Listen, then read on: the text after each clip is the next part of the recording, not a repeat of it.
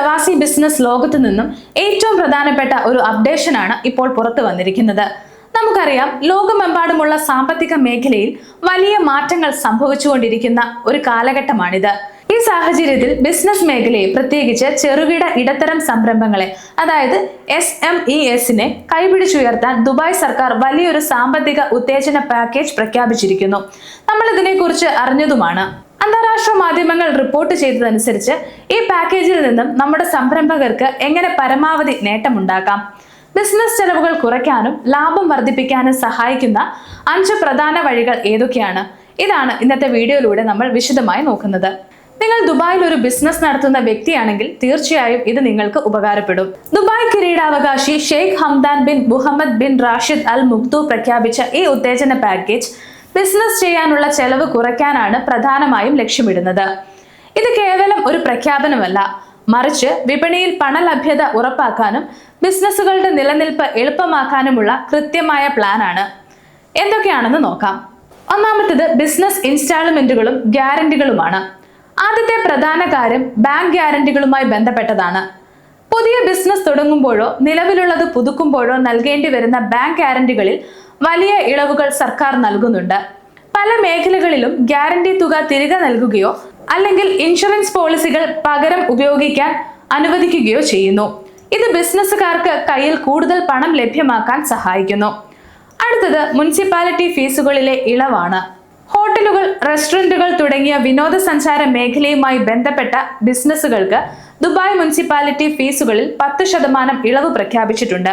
നിങ്ങളുടെ ബില്ലുകളിൽ വരുന്ന ഈ കുറവ് ദീർഘകാല അടിസ്ഥാനത്തിൽ വലിയൊരു തുക ലാഭിക്കാൻ നിങ്ങളെ സഹായിക്കും. അടുത്തത് കസ്റ്റംസ് ഡ്യൂട്ടിയിലെ ആനുകൂല്യങ്ങളാണ്. ഇറക്കുമതി, കയറ്റുമതി മേഖലകളിൽ പ്രവർത്തിക്കുന്നവർക്ക് വലിയ ആശ്വാസമാണ് ഈ പാക്കേജ്. പ്രാദേശിക വിപണിയിലേക്ക് ഉൽപ്പന്നങ്ങൾ ഇറക്കുമതി ചെയ്യുമ്പോൾ ഈടാക്കുന്ന കസ്റ്റംസ് ഫീസിൽ ഇളവുകൾ നൽകിയിട്ടുണ്ട്. കൂടാതെ ക്ലിയറൻസ് പ്രക്രിയകൾ എളുപ്പമാക്കുകയും ചെയ്തു. ഇത് സപ്ലൈ ചെയിൻ തടസ്സമില്ലാതെ മുന്നോട്ട് കൊണ്ടുപോകാൻ SMESകളെ സഹായിക്കും. അടുത്തത് യൂട്ടിലിറ്റി ബില്ലുകളിലെ കുറവാണ്.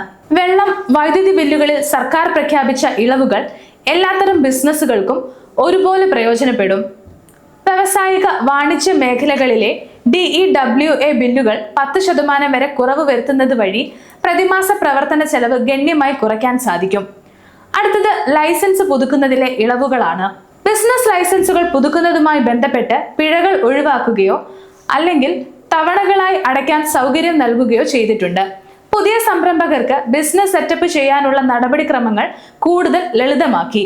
ഈ പറഞ്ഞ 5 കാര്യങ്ങളും കൃത്യമായി വിനിയോഗിച്ചാൽ ഒരു ചെറിയ ബിസിനസിനെ സംബന്ധിച്ചിടത്തോളം അത് വലിയൊരു സാമ്പത്തിക കരുത്തായി മാറും. ഉദാഹരണത്തിന്, ഒരു റെസ്റ്റോറന്റ് നടത്തുന്ന ആൾക്ക് മുനിസിപ്പാലിറ്റി ഫീസിലും യൂട്ടിലിറ്റി ബില്ലുകളിലും ലഭിക്കുന്ന ഇളവ് അവരുടെ മാസാവസാന ലാഭത്തിൽ വലിയ മാറ്റമുണ്ടാക്കും.